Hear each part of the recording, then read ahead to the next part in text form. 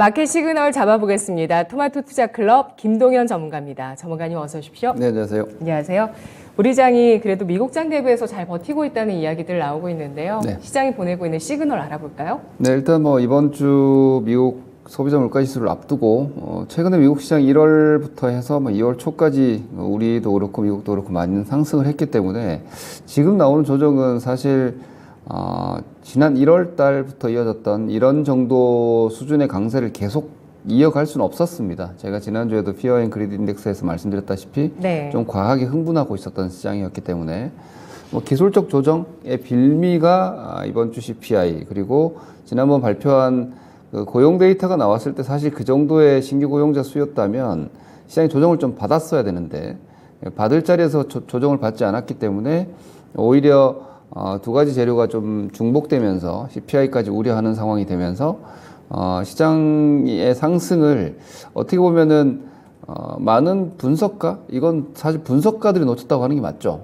대체로 연초에 안 좋을 거다, 비관론이 좀 더 강했던 상황에서 좀 당혹스러운 상승이었을 것 같아요. 그 보수적으로 봤던 경우에는. 그런 상황에서 이제 다시 또 좀 안 좋게 얘기할 수 있는,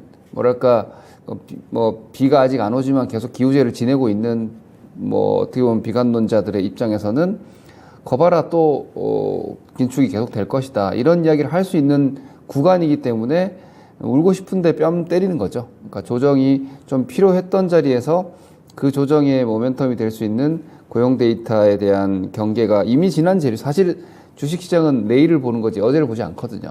그러니까 지난 데이터를 가지고 계속해서 고용 얘기하고 있고, 지금 다시 또 CPI가 생각보다 좀 더 높을 수 있는 게 아니냐. 왜냐하면 통계치 자체를 좀 수정한다, 이런 얘기들이 나왔기 때문에 이런 부분들이 혹시 안 좋은 CPI를 대비해서 세부 데이터를 조절하는 게 아니냐, 이런 얘기들, 핑계거리를 만드는 게 아니냐라는 분석까지 나올 만큼 화요일날 나오는 소비자 물가지수를 앞둔 시장의 경계감이 슬금슬금 들어오고 있다. 이것은 기술적으로 제가 지난주에도 말씀드렸지만 언제든지 단기 조정 받을 수 있는 위치였기 때문에 거기서 나오는 핑계거리 정도라고 보시면 될 것 같고요. 저는 결론부터 말씀드리면 기존의 의견 그대로 유지입니다.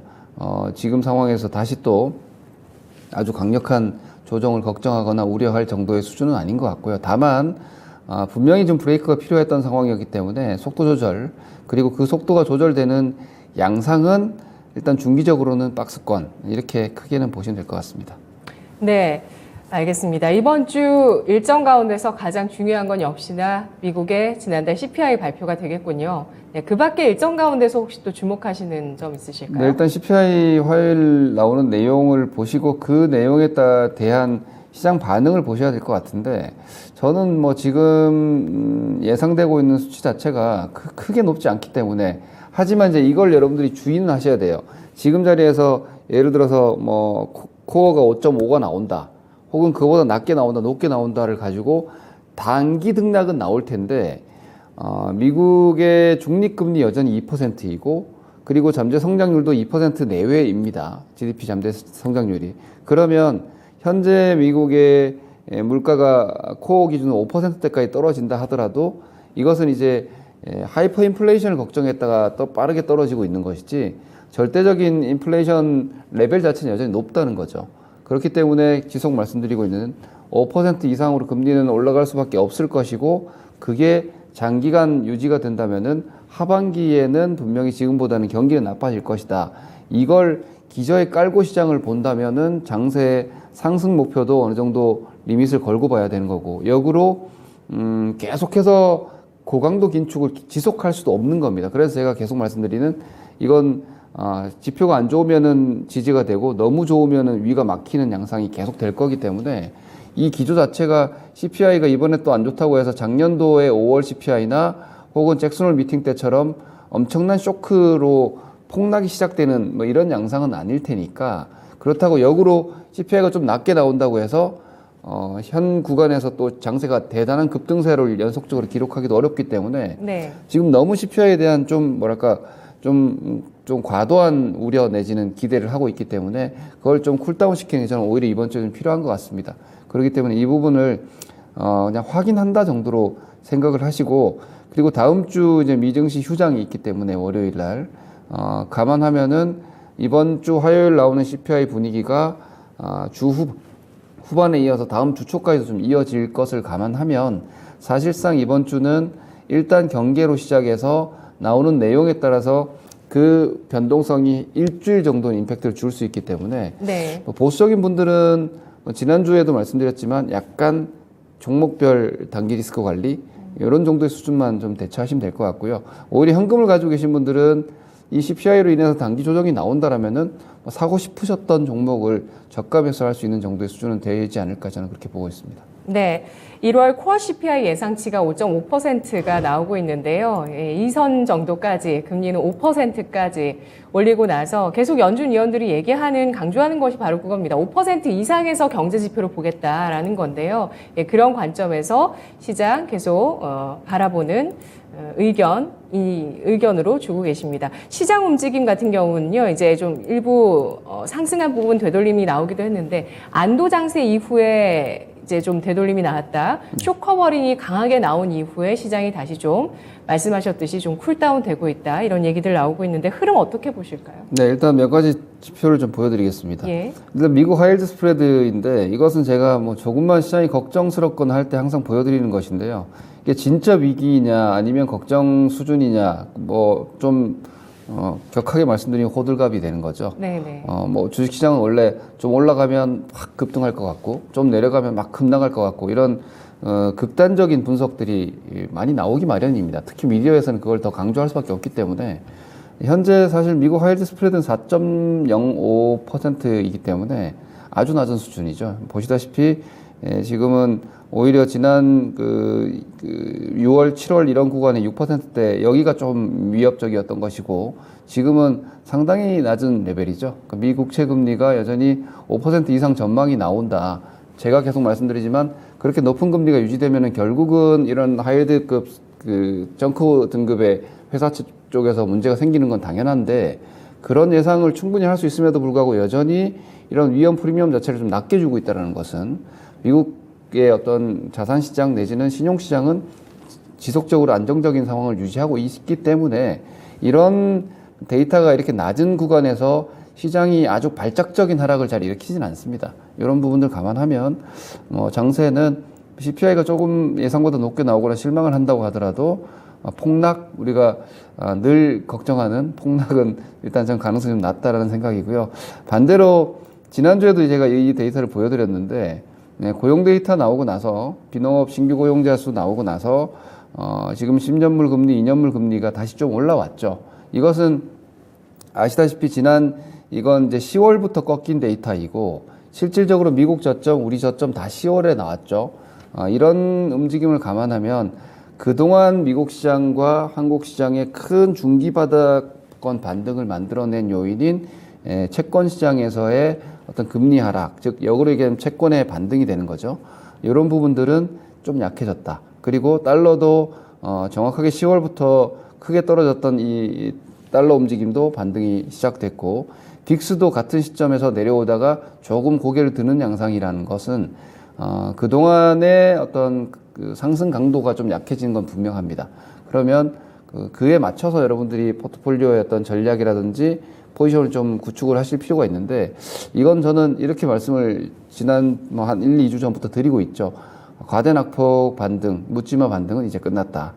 그래서 현 시점에서의 이런 시황에 대한 우리 투자자분들의 대처는 저는 그렇게 봅니다. 다음 그림 보시면 나스닥도 지금 어제 같은 주말 같은 경우에도 나스닥이 낙폭이 좀 더 깊게 나왔고 그리고 테슬라나 엔비디아 이런 그동안의 안도성 랠리의 주인공들이 미국 시장보다 낙폭이 좀 더 컸거든요. 네. 이런 점은 이제 많이 오른 데 대한 차익 매물들이 분명히 나오기 시작한다는 거고 이 양상은 당분간 좀 이어질 가능성이 있다는 거죠. 그렇다면은 미국 시장도 속도 조절, 우리도 속도 조절.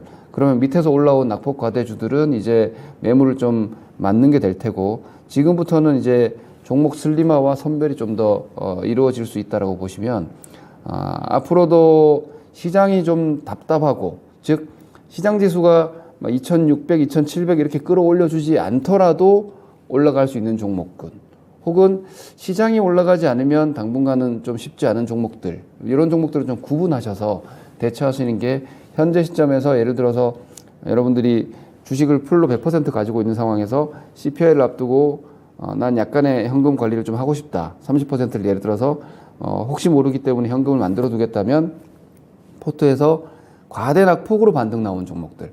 이게 올해 좋을까?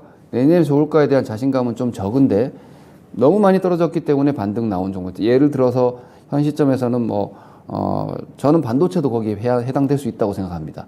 박스권이니까. 그리고 플랫폼 기업들도 이제 어느 정도 낙폭과대 반등이 꽤 나와 있거든요. 이런 종목들은 단기 매도를 한번 하셨다가 예를 들어 CPI 확인하고 다시 한번 좀 눌러줄 때 저가 매수한다든지 그런 정도의 대처만 일단 하시면 되지 않나 이렇게 저는 보고 있습니다.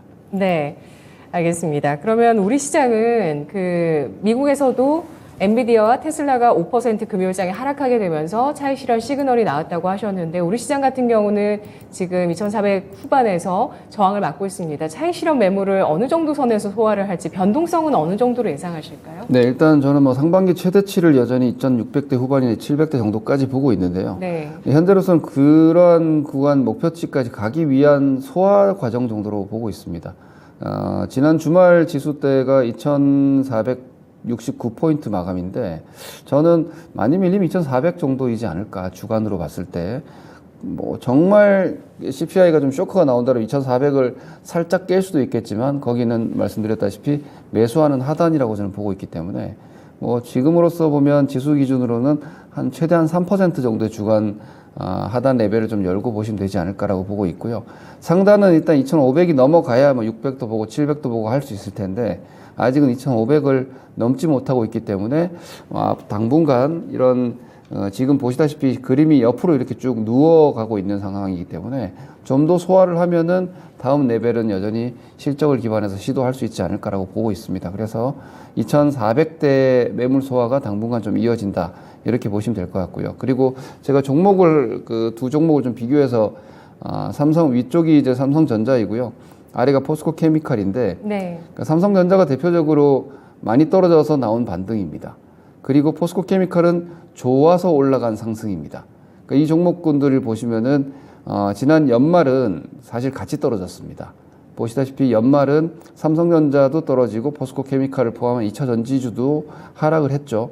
그리고 1월 달은 삼성전자가 반등을 더 강하게 했는데 2월 들어서 포스코 케미칼이 더 강하게 올라오는 게 현재 시장의 양상입니다. 즉 같이 떨어졌기 때문에 나오는 낙폭과대 반등은 삼성전자가 먼저 나왔지만 그 이후에 이제 실적을 기반한 지구력은 지금 2차 전지나 이런 지속적인 실적 성장을 유지하고 있는 종목군들로 후속 매수세가 이제 선별적으로 들어온다는 걸 보여주고 있기 때문에 이런 움직임이 이제 당분간은 좀 더 강화되지 않을까라고 저는 보고 있습니다. 그래서 업종 종목을 선택하는 데 있어서 이제는 제가 12월이나 1월에는 아무것도 팔지 말고 사고 싶은 거 그냥 아무거나 사시면 된다 정도까지도 말씀을 드렸지만 지금부터는 종목 선정에 따라서 수익률 격차가 좀 날 수 있기 때문에 시장이 각도가 약해지면 종목 난이도가 원래 올라갑니다.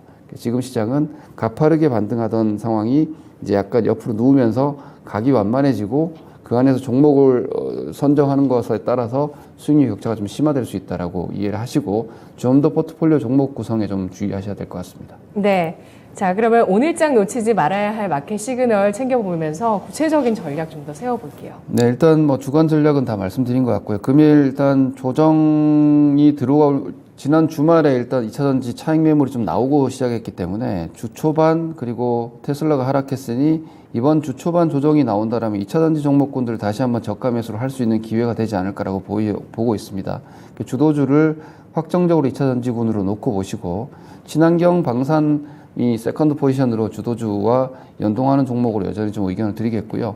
그리고 틈새에서 예를 들어서 이번 주 시장이 조금 부진할 가능성이 높기 때문에 그런 구간에서 중국이 여전히 양해를 앞두고 대규모 부양 기대감 이런 부분들이 있기 때문에 사실상 시장 지수와 좀 별개로 움직이는 종목 섹터이기 때문에 중국 소비주들도 틈새에서 이번 주는 한번 순환배가 나올 수 있는 양상인 점을 좀 참고하시면 되겠고요.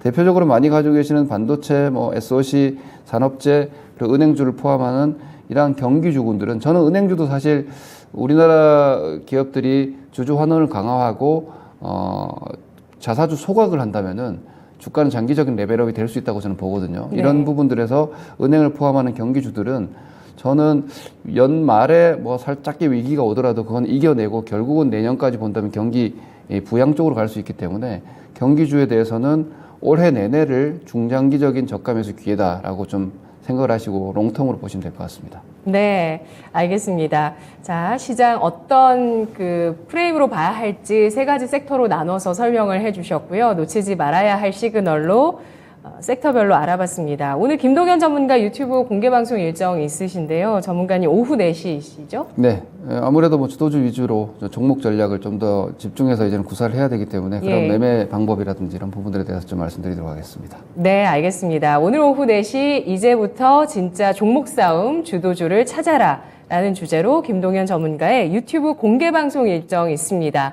이제 박스권으로 진행되면서 보다 수익률 게임에 있어서 천차만별이 될 수 있는 그 종목 선택에 따라서 천차만별의 수익률이 될 수 있는 시장이라고 보고 있는데요. 김동현 전문가가 보는 주도주 오후 4시에 함께 의견 확인해 보시죠. 전문가님 분석 고맙습니다. 네, 고맙습니다. 김동현 전문가의 마켓 시그널이었습니다.